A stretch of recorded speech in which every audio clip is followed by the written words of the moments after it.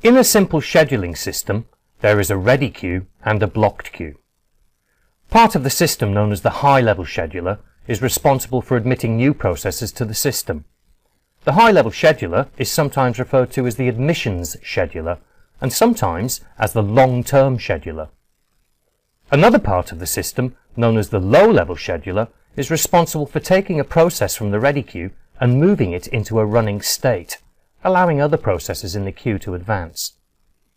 All the while, new processes are being admitted to the system. When a process finishes, it can exit the system.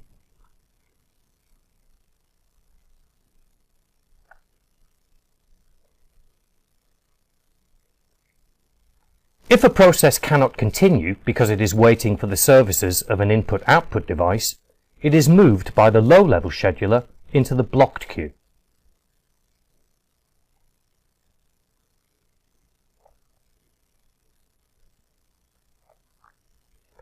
In a round-robin scheduling system, processes are allocated equal time slices. When a process's time slice ends, the low-level scheduler will move it back into the ready queue, allowing another process to take its place in the CPU.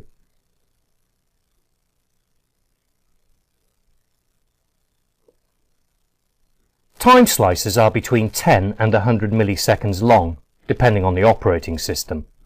This is a relatively long time when you consider the rate of clock cycles. In a 2.6 GHz processor, the clock cycles 2,600,000,000 times a second, which means that a single time slice lasting 100 milliseconds is 26 million clock cycles, enough to execute more than just a few instructions.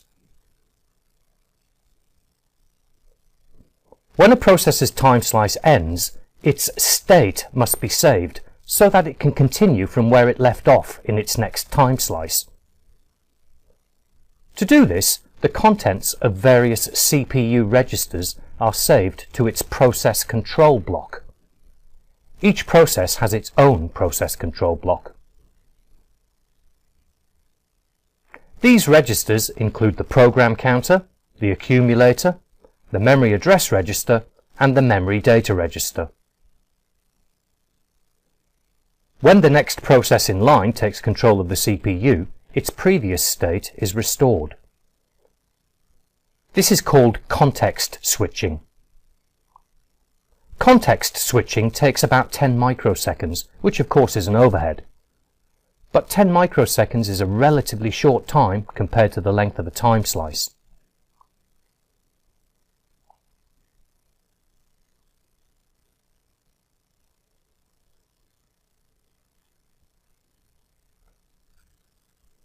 When a blocked process gets the services of the input-output device that it was waiting for, it can be placed back into the ready queue by the low-level scheduler for another burst on the CPU.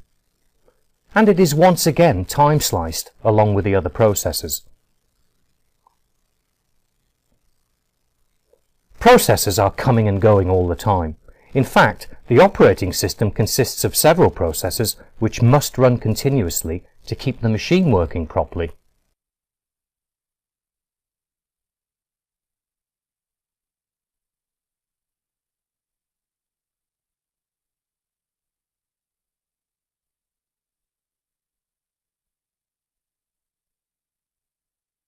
To summarize then, there are never no processors running on the system. The operating system itself consists of several processors which must be running to keep the machine working properly. Each process has a process control block. This includes the process ID, the contents of various CPU registers, and a pointer to the next process in the queue. This means that queues can be implemented as linked lists or as binary trees. In fact, these aren't first-in, first-out queues. They are usually priority queues, in which case the highest priority item is dequeued first. Another part of the system, known as the medium-level scheduler, might move a blocked process temporarily to secondary storage. The scheduling algorithm depends very much on the operating system. In fact, there might be multiple ready queues for processes of different priorities. Windows uses a round-robin scheduling system with multi-level feedback queues. This means that processes can move between queues depending on how long they've been waiting. And finally, a high-priority interrupt will pause normal scheduling.